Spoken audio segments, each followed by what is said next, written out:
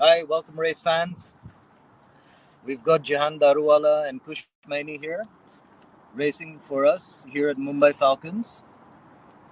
And we want to open up the floor. We're a racing team from India.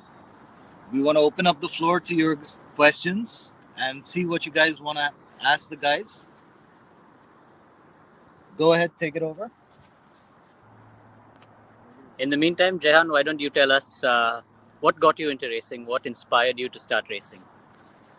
Uh, yeah, when I was young, I used to always be a fan of speed and racing in general, Formula One. But I never really knew much about racing in India until I actually met Rayo for the first time in Powai, and at that time he saw some potential in me, and then I started racing in the National Karting Championship in India, and actually that's where I met Kush as well for the first time, and that's when we started racing together. Good. So it's been a long time since you guys started racing together. Kush, tell us about your journey. How did you start racing?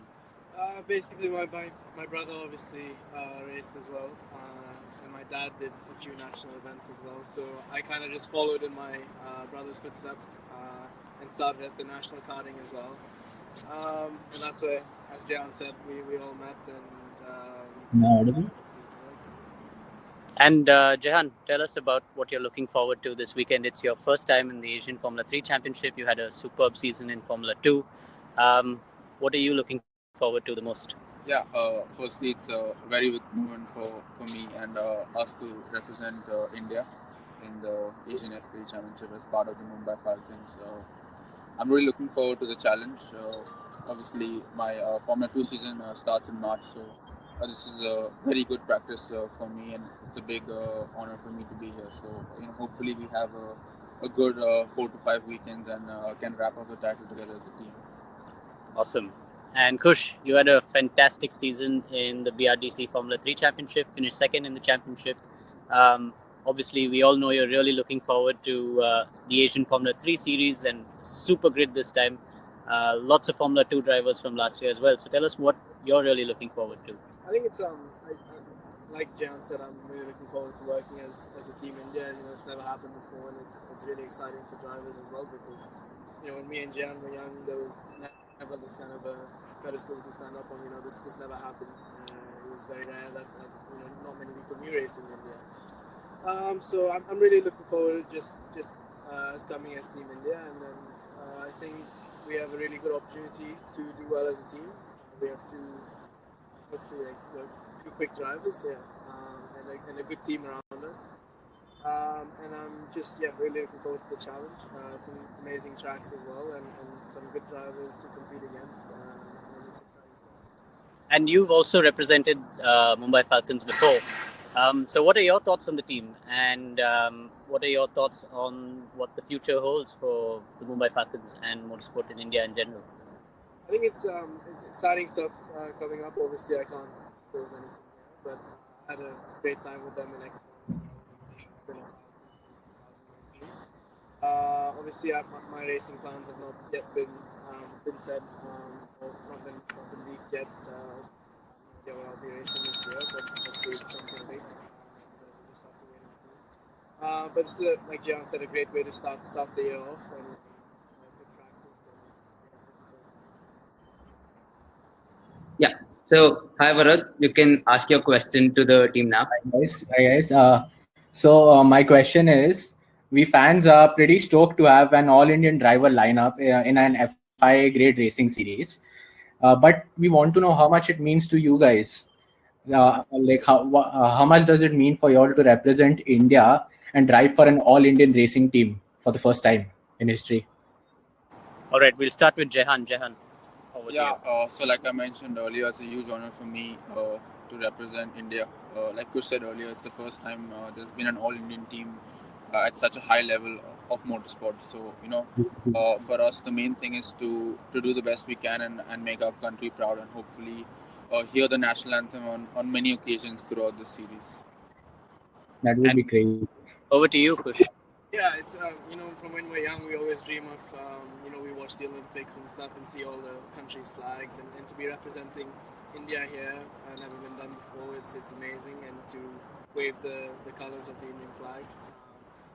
Yeah, it's a huge thing for me because we've been racing since for 7 years now in the best championships around the world. But when you're doing it for your country, it means something different.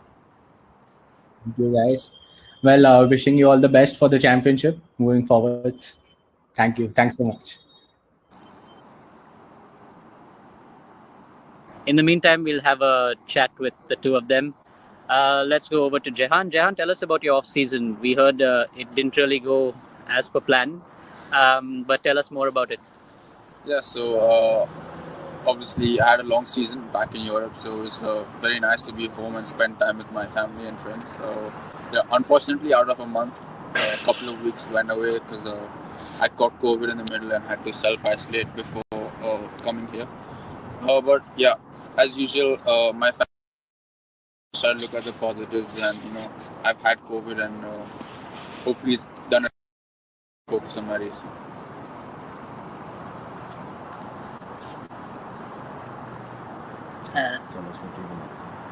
And Kush, tell us what you've been up to during the off season. Yeah, again, I spent the whole year basically in England, so I hadn't seen any of my friends or my family. Just came home, tried to chill out a bit after a long season, and yeah, just watch movies and obviously train just to keep in shape because obviously I knew I would be racing here, so it's good to be in shape. Did some simulator and just some prep stuff for here as well. But yeah, it was nice being home after a long time. We have Malhar on stage, so Malhar, you're good to go. Sorry, Malhar, we can't hear you. No issues, Malhar. We have your question here. So this was to both the drivers. So do you guys have any pre-race routines and workouts that you emphasize on or carry out as a ritual? We'll start with Jehan. I mean, I don't have too many workouts as such at the track. Obviously, I do all of my workouts away from the track to get ready for the races. But I don't have too many routines or rituals, say, before getting into the car. I do like a basic warm-up for my whole body, especially my neck. And, that's pretty much it. I'm not really too superstitious or anything. I just get my body warm and ready to drive. Thanks. And Kush, over to you. Yeah, same. Obviously, we all do our different workouts at home, but when we come to the track, it's just about getting the blood flowing before the session and just getting it all free and ready to go, lubed up. And yeah, that's all really, nothing else. Awesome. And there you go. That's Kush and Jehan answering that question. We have a question in the section over here. Well, there's lots of questions. There's lots of questions coming in. I can see now. I'm getting worried. So the first one is to Jehan. How did it feel when you were standing on the podium and you were listening to the national anthem in Bahrain? Yeah, it felt very good. To represent India and the national anthem to play on such a global stage meant a lot to me and my family and everyone who was supporting me. It obviously gave me goosebumps at the time, and like I said earlier, it's a big pride for me to represent India at a level of Formula 2. And Kush, what has been the most challenging circuit you've raced on? Honestly, I think something like Alton Park, because the margin of error is so little. It's not like these tracks you have nowadays where you can just go off and then come back on the track. There, it's usually if you go off, you're in the wall. And, even Monaco was pretty tough, I'd say. But out of those two, yeah, Alton or Monaco. And one more question for you in continuation to that. Do you like driving on Indian roads? I don't. That's a good question. It is a bit annoying. I think whoever I see driving well on an Indian road, I'm like, give them my seat because it's so tough, people, auto rickshaws passing me and stuff. It's a bit of a back to earth. But I think it's tough to drive on the road, and I don't drive so often because it kind of annoys me. But all right. And somebody says you better have gotten better at FIFA, or are you the still same old? Oh god, it's all. No, I think I'll still whip your bum at FIFA probably. And over to you, Jehan. How do you feel about the track in Dubai? I've been here once before. I did a test day here last year, but this track's very challenging. The generally tracks in the Middle East are more challenging or have different challenges to Europe because between sessions there's a lot of sand and stuff that comes on track, which is not normal abroad. So or not what we're used to. So like any other circumstance, it's all about adapting as quickly as you can and getting used to the different challenges of every circuit. And Shiju wants to know what's the difference between Formula 2 and Formula 3, and is there any difference in how you prepare? Preparation is one and the same. You always prepare as much as you can for any series that you participate in. The difference between these cars are, I would say, quite big, especially the Formula 3 Asian car is a lot slower, a lot less horsepower than a Formula 2 car.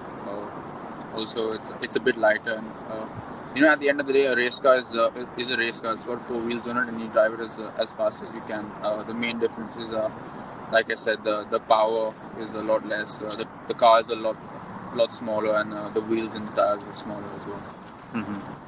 And Kush, over to you. Do you have any talks with an F3 team? You already said you're not really ready to reveal what's coming up soon. You're not going to leak it. But somebody here wants to know what your workout routine is like because you look like a bodybuilder. I think just consistency, I guess. I don't know if it's a good thing to look like a bodybuilder in racing. That's what I'm trying to go for. But I think consistency I can't take you through my whole workout right now. But just consistency and keep at it and have that make it like a ritual really. Where if I don't train every day for 5 days a week, I don't feel good and I don't feel positive. So for me, it's kind of like when you go pray in the morning, it's like that. Mm-hmm. All right, Justin, you are up, so you can direct your question. Hi guys, how are you? So as we all know, Kush has already been a part of the Mumbai Falcons squad. So can you explain how it feels for him to drive for the Mumbai Falcons team? And again, how does Jehan feel to join the team? And how does it feel to have an all-Indian team in the championship? Like I said, I drove with Mumbai Falcons in the X1. It was so much fun and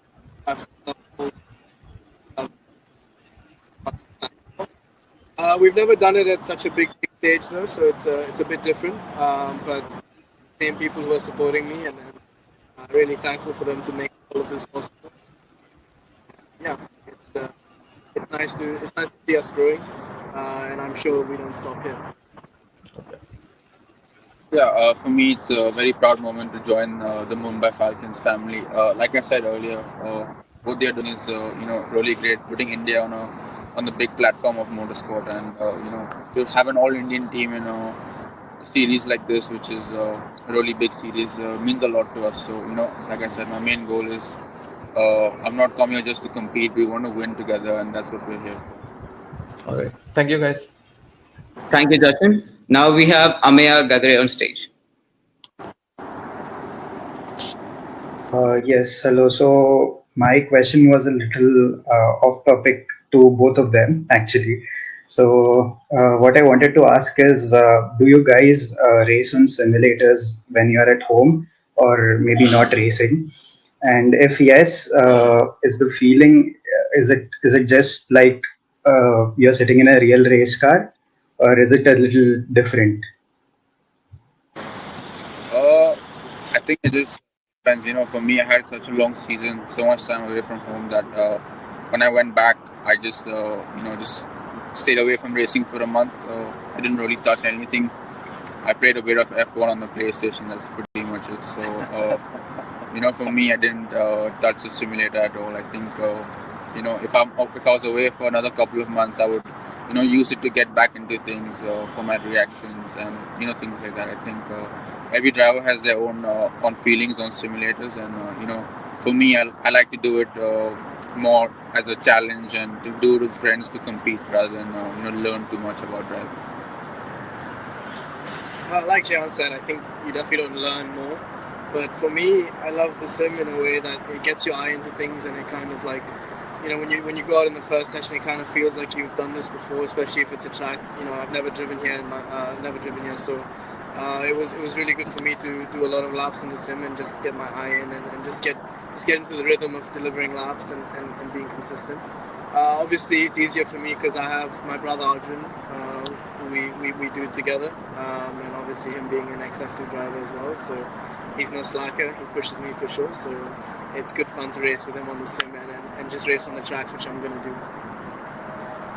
Okay, thank you so much and all the best. Thank you. Thank you, Ameya. Now we have Uddhav who's joining us to ask his question. Meanwhile, a question from the Mumbai Falcons team. What do your routines look like, or what does your day look like in between two weekends when you're free, between two race weekends or something of that sort? I think it's all a first for us right now. We haven't experienced a race weekend yet, but I'm sure it'll just be traveling with the team and just spending some time together, spending some quality time, getting to know each other. We're going to be out here for a month, so and then just going around looking at stuff in the city and just having some days together. Yeah, so in the middle of weekends, obviously we did not experience it yet, but obviously after each weekend you can learn new things about a new weekend coming up. So we can study the track together, go through notes together, look back at the races which went on the weekend, and always look to improve. Other than that, at the end of the weekend we also want to wind down, spend time together, eat meals together, and just keep forming that team bond. All right, thank you. Uddhav, you're up. Am I audible, guys? Can you speak a little louder, please? Am I audible now? Yeah. Yeah. So my question was for the both of you. How difficult is it for an Indian driver to make it through the championships? Considering there aren't a lot of facilities here, and what are the challenges you guys specifically faced while advancing forward in your career? Yeah, obviously, coming from India, it's not been too easy. We've obviously had to work very hard, and obviously you can see that Mumbai Falcons, especially them now, are showing the motorsport platform in India and building a way for people to get there. So that's great. When we were younger, we didn't have that platform. We had to go abroad to Europe and hone our skills there, as there was not much to learn or compete in India. So now, like I said, Mumbai Falcons has given us this opportunity, and with the way they think, they will give also the opportunities to others to prove themselves in the future about racing and get to where they want to and pursue their dreams. Yeah, it's crazy when you think about it. We have a country that has more than 1 billion people, and we have a handful of people who are racing and doing well abroad. It's sad sometimes, but the good thing is that Mumbai Falcons now, I think the whole thing is going to change, the whole racing scene in India, and I think we all can expect a lot from them. They're going to nurture talents from a young age, and I think in definitely 10-15 years it's going to be completely different to what it is now. So I'm excited for the future. Thanks, guys. All the best. Thank you. Thank you. Thanks, Uddhav. Now we'll have Adarsh Balaskar joining us. Meanwhile, there's one question which we received from almost everyone, is that what was your journey like towards the pinnacle that you've reached so far, and how do you think the future of motorsports in India looks like? Yeah, the journey's been has been a lot of challenges, and obviously now I just did British F3, and if you could describe the challenges, that would be great. Can you describe the challenge that you faced? Some of the challenges that you faced. Yeah. Obviously, when racing isn't that big in India, so at the start it was really tough to kind of go into Europe. I remember my first kart race. I won all the championships in India, and then I went to Europe and I qualified 65th out of like 70 karts. So I was basically like last, and from going from being a champion to suddenly being 65th on the grid and no one cares. It's a huge hit in the head. So that was a big challenge, just to see the level difference from India to Europe, and I think that's what many kids need to see on their own, because you don't believe it at first. You think you're the best when you win at India, and then you go and you're lost. So to overcome that, it was really good, because in the next 3-4 years, me and Jehan were both at the front of WSK races and winning races. So I think that was the first proper challenge I faced, and then obviously, keeping racing's a very expensive sport. I think it's not new news for anyone.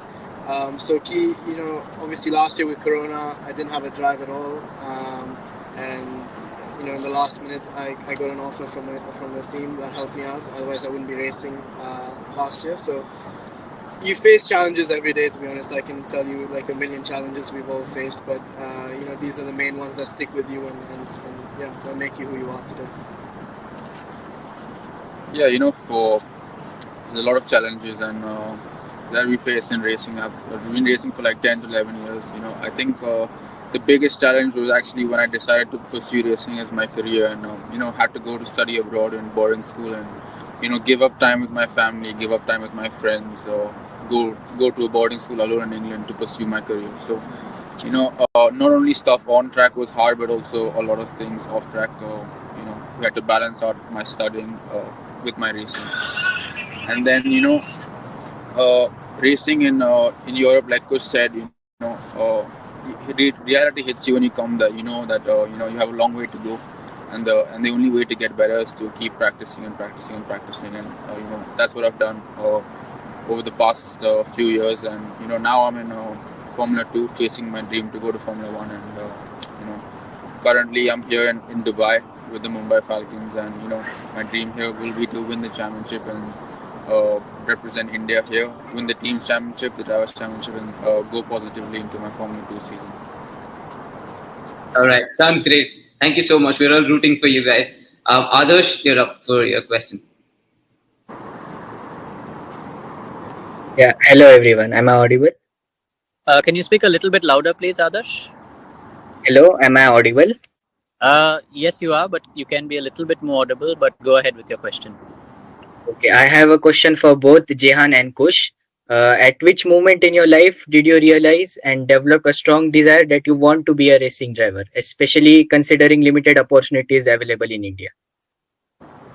For me, it was at the time of the 1 in a billion hunt held by the Sahara First India Driver Academy.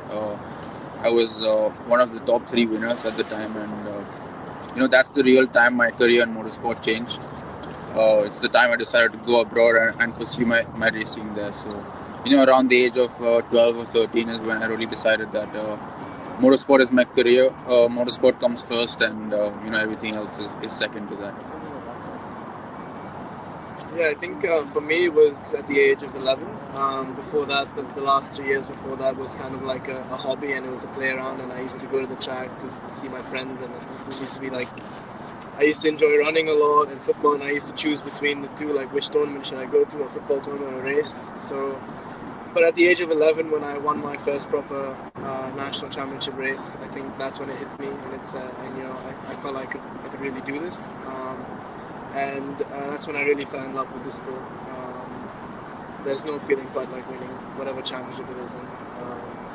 So I think that's the age where I really thought to do this seriously. Yeah, thank you so much. We all will be rooting for you. So, just one more question for you guys. So, there are a lot of aspiring race engineers, racers, and sports car drivers. So, a lot of people have enthusiasm to get into the industry in the country and worldwide. So, what would be your 2 cents each to the aspiring racers? Can you repeat the question? What would be your advice to aspiring racers and engineers who would like to make it into the world of motorsport in India and internationally? For drivers, obviously, it's easier for me to give the drivers advice because I've done it. And I would say, never give up. And like at the back, so many races at the start in Europe, and I just never gave up, and I always wanted to improve myself. And that's the other thing I'd say to critique yourself the most. When you finish your session, always think what could I have done better instead of always out of the machinery. And I think that's gonna build you the most in the long run. So I think always critique yourself the most. And yeah, for me, that's the advice I give drivers. I don't want to give the engineers a lot of advice because I've never been there and I don't want to give wrong advice. So for me, that's the main thing I'd say to drivers. Yeah, similar to what Kush said, I've done the driving with myself, and so the main advice I can give is to drivers. So, especially to young kids, the main thing you get into racing is because you love the sport and you love driving, and sometimes through any sport and in racing as well, the pressure gets a lot, and sometimes you forget that you're doing it because you love to do it. So, my main advice to children is, you always get the best out of yourself if your mind's relaxed and you're remembering at the end of the day you're doing it because you love it and not because you have to do it or do it for anyone else. So, that would be my main advice to children and young people aspiring to be race car drivers. Sounds great. Sounds great. I think that's something which all of them will take it back with them. So Rohan, you can go up. Yeah, you can hear me? Yeah, we can hear you. If you can try and be a little bit more audible, that would be Okay. great. Okay, is it fine now? Yeah, better. Yeah, okay, yeah. Good evening, guys. Good evening, Jehan. Good evening, Kush. And hi. So the question that I wanted to ask and also feel the experience, maybe what you will be telling is how does it feel to drive around the corners, when you're experiencing this 2G to 4G forces and then again you go on the straights the next moment and you orient yourself. So what goes through your mind? How does it happen?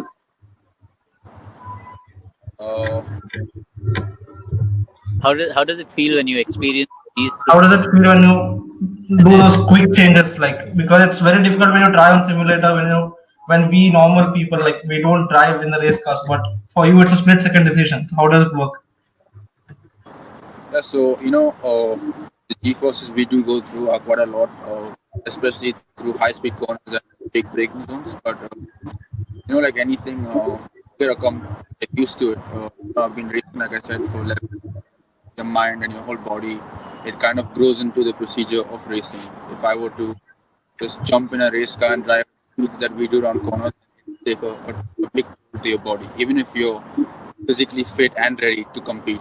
Yeah, like the main thing I said is you get fit by doing the sport itself, practicing, doing a lot of laps, and yeah, ethos is quite high, and it's almost hard to comprehend to people who have not experienced it before.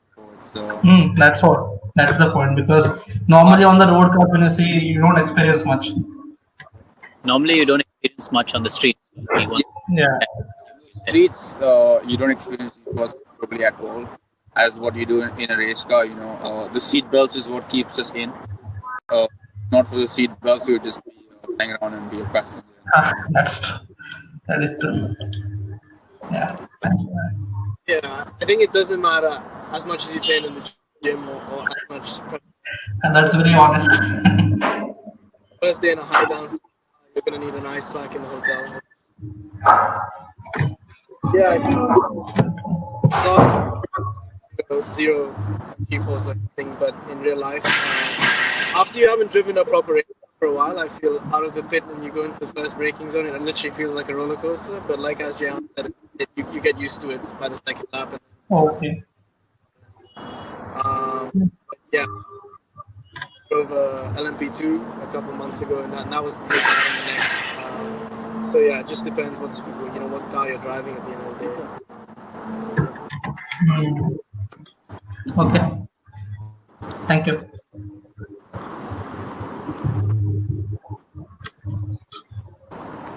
So we have a few more questions on the chat box. So what are the kinds of food that you would love to eat but you cannot given your workout regimes and diets? I think this has to go to Kush first. Firstly, I think just in general, I like clean eating.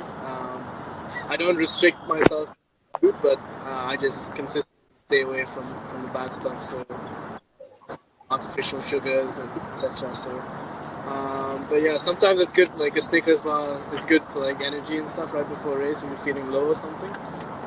But yeah, nothing. There's not a certain food I'm like I definitely won't touch.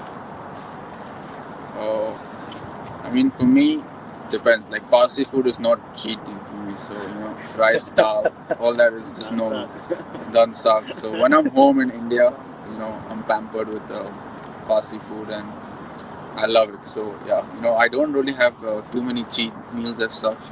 When you go to the gym for a couple of hours in a day and you train your body a lot, at the end of the day you need enough food to keep going. So yeah, if I wasn't doing anything and I go eat a burger and a fries, then yeah, I consider it a cheat meal. But if I've worked hard and I've earned something, then I would just eat it and not consider it as being a cheat or anything like that. All right. Bhavya, you can ask a question. Hello. Hi, am I audible? Yeah. So I had a question for Jehan. Jehan, I just wanted to know how did it feel like standing under the Indian tricolor and listening to the national anthem when you won the F2 race? Yeah, I think as I said earlier, it was a great moment of pride for me to stand and represent India and hear the Indian national anthem and give me goosebumps. It made me feel proud, and for me and everyone who was supporting me as well. So at the end of the day, to represent India is a great matter of pride for me, and like I said, everyone who supports me. Thank you, Bhavya. Atharva, you're up next. Hello, am I audible? Yes, you're audible. My question is that there are many drivers also from F2 right now, which will be competing in this tournament. So, who do you think are your direct rivals for this season? Let's go to Jehan first. Yeah, I think the series is going to be very competitive, but yeah, there's a few experienced drivers. Obviously, me from Formula 2, Guan Yuzu, Roy Nissani, and I think Kush as well will be one of the most experienced drivers. So yeah, I think those will be my main competitors. But then you have a lot of kids who have done well in F4 and F3 in Europe, and all of them are very talented, and I'm sure it's going to be quite a difficult season. Yeah, I think on paper, it's like Jehan said, it's the most popular names that are on paper the biggest competitors. But I think honestly, it's so different than any car everyone's ever driven. The car's the same, but the tires is what makes the contact with the ground, and the tires are different in this championship. So it's anyone's game really. It's going to be getting used to. It's a new compound, I think. So it's going to be interesting to see, but I'm sure we'll know by the end of the first day, roughly who's there. And who's Thank you, guys. Thank you. Vijay, you can go up next. Thank you, Atharva. Yeah, am I audible? Yes, you're audible. Yeah, I had a question for both of y'all actually. A lot of people have a lot of hobbies which they like to do, which relax them. So, what do you guys do before a race to get yourself in the zone? before a race, you're limited. Put my headphones on and zone out for a bit, and yeah, that's it really. There's nothing else you can do at a track. Yeah, so for me it's quite similar to what Kush said. There's so much noise and everything at a racetrack that you don't really get too much time to yourself. So when I can, I just put some headphones on and go to sleep for an hour or something on a massage couch, just to completely switch off and then get back and ready for my race or practice or whatever it is. Okay, thank you guys. India loves you. Bye. Thanks. All the best. Pratham, you can ask your question. Hello. Yes, Pratham, you're on. Yeah. Okay. Am I audible? Yes.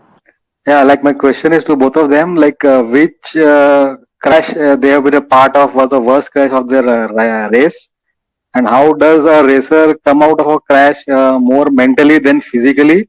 Especially if you are you're sure of a podium finish or a good race, and suddenly in the last 2 or 3 laps you are boom out of the race. So how bigger a dent it is on a mental basis than a physical basis, and how does a racer basically come out of that? Oh yes, I think it's normal.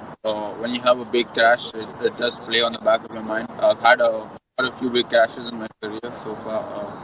I had quite a big one a couple of years ago in Danvort in practice session, high speed corner. And the mind is a very powerful thing. How much are you trying to work it out? When you come back to the next time, it kind of stays on your mind. But as soon as you go through once, you pretty much get that confidence, and you just at least I just accept it as parts of racing. Crashes happen, like in play cricket, you get off, you come back and you bat again, and it's the same. And you can't expect to crash and happen. The things just happen. You need to just live with it and Yeah, I think my first few years of racing, especially when I was in F4, I was a bit of a loose cannon, and I've crashed a couple of times on like the last 2 laps when I was in a podium position, and it's really demoralizing, especially when you're a kid at that age. And I think I remember one big crash I had in F4. It was Hockenheim turn, where I just got the whole corner wrong, and in the end I just went in the wall. Like Jehan says, it's just, you come back and you've done the corners 3 more times and you've crashed. So I think that's what you need to tell yourself, just overcome it. But I think karting for me more dangerous than my cars. I've had a few bad ones in karting, like that's a lot more. Okay.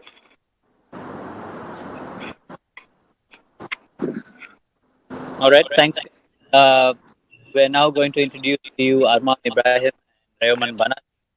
Thanks, guys. Thank you so much, Jehan and Kush. It was a pleasure interacting with you guys. All right, ladies and gentlemen, we have with us Arman Ibrahim, team principal of Mumbai Falcons, and Rayoman Banaji, head of strategy and communications, Mumbai Falcons. How's it going? Hi, Arman and Rayo. It's great to have you guys here. Before we start off with the questions, can you guys tell a little more about yourselves and a little more about what you do as team principals and head of strategy and communications? Well, hey, I've been a racing driver for most of my life, for a good 15 or 16 years. Came through all these ranks. We started in Asia, in India at karting, won the national championship, went abroad, raced in various single-seater championships such as Formula BMW, A1 Grand Prix, represented India there. Went up to Formula 2, and then moved to GTs, and I've been working with Lamborghini for the last 5 years. Along the way, started coaching young drivers at quite an early stage, because that's what we were doing as a family as well. And from there on, we know how expensive the sport is, and I know the struggles that I went through coming up the ranks, trying to find sponsors and budgets, especially coming from India. And it was always there at the back of my mind as to, how do we grow the sport internally? How do we grow the sport in India? What are we lacking on? How do we make it more accessible? Because, most people, India is a big country, and when we started, there was only one karting track or 2 karting tracks at the max, that could take professional go-karts, and there was only one racing circuit, but it eventually became 2, but it was all in the south. So, over the years, we wondered, how can I make it more accessible to the wider audience, more reachable, more affordable? And, that's when we started coming up with various ways through running race training programs, single make events, and finally, last year, 2019, along with Aditya was taking this issue, we came up with a structure to start the Indian Racing League, and I think that's what is done eventually. From there, find ourselves progressing to last city, because again, Mumbai Falcons were our Mumbai team, our Mumbai franchise, and I guess Motorsport, the bug really bit them hard because they saw the potential that the young Indian drivers had to offer, as they were, as competitive as some of the best ex-Formula 1 drivers and some of the best international drivers that came. And what that did is basically, get them to be more get the passion inside them burning, basically, and get them to start this team, which is huge, and I've been running a Formula 3 team on a much smaller scale over the last couple of years, and hoping for a day like this, basically, when we can come in full force with a full Indian team, full setup, and with two of our strongest young drivers who've done so well over the last decade, and I think now we've really come well prepared in every dimension, and I think that's what the last 15 years, and it's something really proud that to be sitting here having Rio and everyone around, because we've all grown up together. Started when I did my first race together, and Aditya and everyone, and to have the Mumbai Falcons team who are very nascent stage of their motorsporting lives, you could say, but are growing vertically, and I'm really happy the way we landed up here. Hi, I'm Rayo, and like Arman has said, it's fantastic with what Mumbai Falcons is doing over here. It's something that is unprecedented, never been done before. I have 8 national titles myself. Like Arman, also been doing a lot of coaching via my academy. Been hell-bent on growing the motorsport infrastructure in India over the last few years. We have a track in Bombay. We've been organizing races at the grassroots level, and I think it's a fantastic opportunity for Indian motorsport with what Mumbai Falcons is doing. Not only with just this team, but with a lot of future plans. There's so much more that will come out of motorsport. What this entire enterprise will do for motorsport in India is going to be fantastic. A lot more tracks coming up in the country, and I'm very confident that Indian motorsport is really going to grow after this. A lot of support has been coming from India. Of course, like Arman said, we've got the 2 best drivers racing for us over here. Both of them have come off very strong seasons. Jehan, of course, winning the last race of the Formula 2 Championship. Kush having finished second in the BRDC Formula 3 Championship in the UK. So we are crossing our fingers. Arman has a lot of experience in the Asian F3 running the team last year. So we are in able leadership. I would say with everyone, with Mohit being the CEO of Mumbai Falcons, we have a very strong team, Aditya on board, of course. So I'm very confident, fingers crossed, that we will do well. And hopefully with all your support, motorsport will grow in the country. All right. Thank you so much for answering the question. We have Vipin with us, who would like to ask a question to the two of you.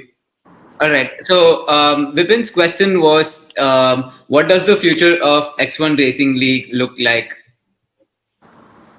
I guess part of it is here. I mean, X1 always wanted to enhance. So can you guys hear me? I guess what X1 wanted to do was to make the sport more accessible and to reach the wider audience, and to give Indian drivers a world-class opportunity.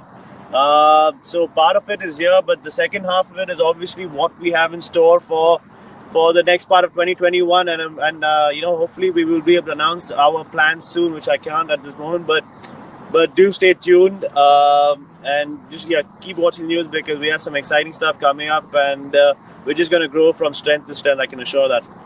All right. Thank you so much for answering that question.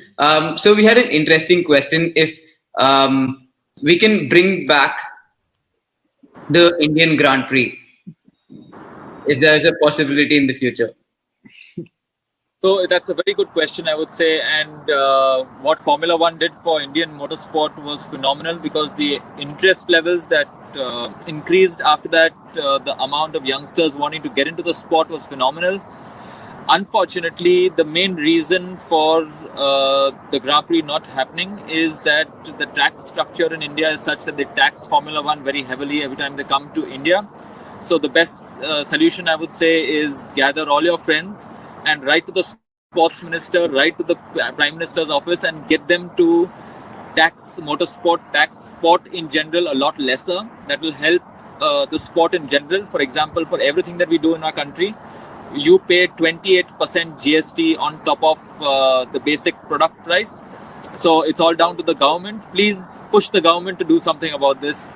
And that's all I can say, because it's all about the taxes, and that's the only reason why. Sorry guys, so I had somebody in the background kind of mooning us and flashing us, to be honest. So yeah, coming back to what I was saying, so the reason it's not happening is taxes, and the Indian government is the best one to answer that. I didn't say we have very fit drivers. So, Shreyas, you can direct your question. Hi guys, thank you so much for doing this. I was just wondering, and I know a lot of people are wondering about this, but what's the best way to get into the operations and engineering side of motorsport from India? Shreyas, I mean, if you haven't had any experience whatsoever, I mean, I'd suggest, like a racer, you start with go-karts.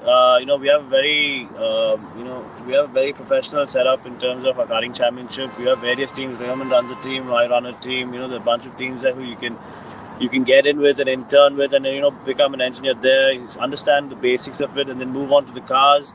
And then you come again and send us your CV. I think at Mumbai Falcons as well, we want to promote eventually have a whole Indian ecosystem, both technically and on the driving on the driving front as well. So we would like all you engineers to send us your CV as well, and we will try and help you as much as we can. And eventually we would love to have a complete Indian ecosystem who are running the cars, driving the cars, and everything. So do get in touch and let us, and more of you tuning in. I hope more of you get in touch and send us your details, and we'd guide you on where you can get started and how you can try and build a career on the engineering front, I guess. Thank you so much. All right. So that brings us to the end of the session. But just to conclude, a final question: How is the team preparing for the upcoming Asian Championship? If you guys can share a little bit of light on it. So I would say that we've had very, very little time to prepare, but we've done a lot of effort has gone in, and I think the biggest part of that is to put a fantastic team together.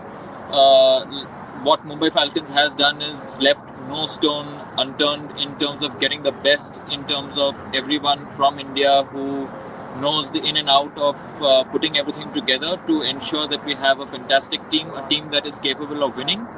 And the final nail, I would say, is having the best drivers to do that, which we definitely do. And I'm very confident that we will be out there in front, and we have our cars sorted. Things are going pretty good, and the preparation is going as we would have liked it to at this stage. So we will know everything, I would say, in 3 days' time when the cars go on track. And hopefully you guys will be following and will be able to see for yourselves how good we have prepared.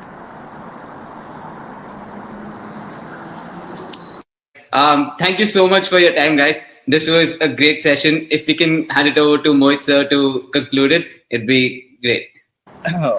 Just to conclude, we're looking at this as our international foray, which is going to be the first of many.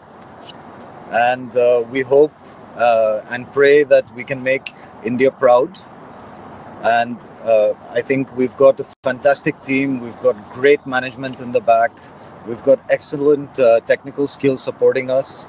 And more than anything, we need all your hopes and prayers to support the team.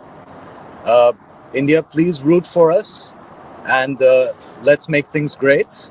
And we'll see how the future of motorsport transforms from this precipice onwards.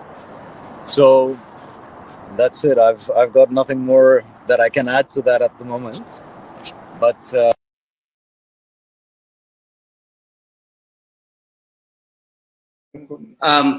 Aditya, if you can, the final part was.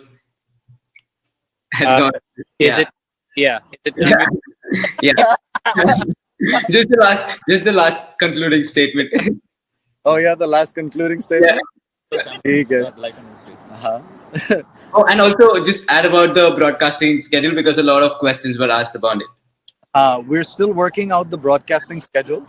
So we hope to inform everybody of the arrangements that are being made uh, very shortly. So hopefully within the next 48 hours, keep yourselves tuned to the Mumbai Falcons Instagram, Facebook, and Twitter sites, and we'll keep you posted.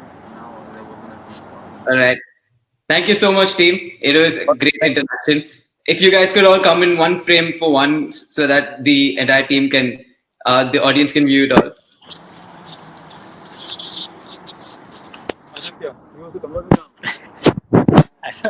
I don't know how to turn the camera around, but I think you can see all of them. Yeah, that should be great. All right. All right. Thank you so much. And this is Aditya Patel, who's been taking this. I've spent 1 hour left holding that phone. It's quite a heavy phone, but we're looking forward to this weekend. All right. Thank you so much, Aditya. Thank you so much, team. It was great interacting with you all. Good luck for your races and have a good evening. Bye-bye. Thank you, guys.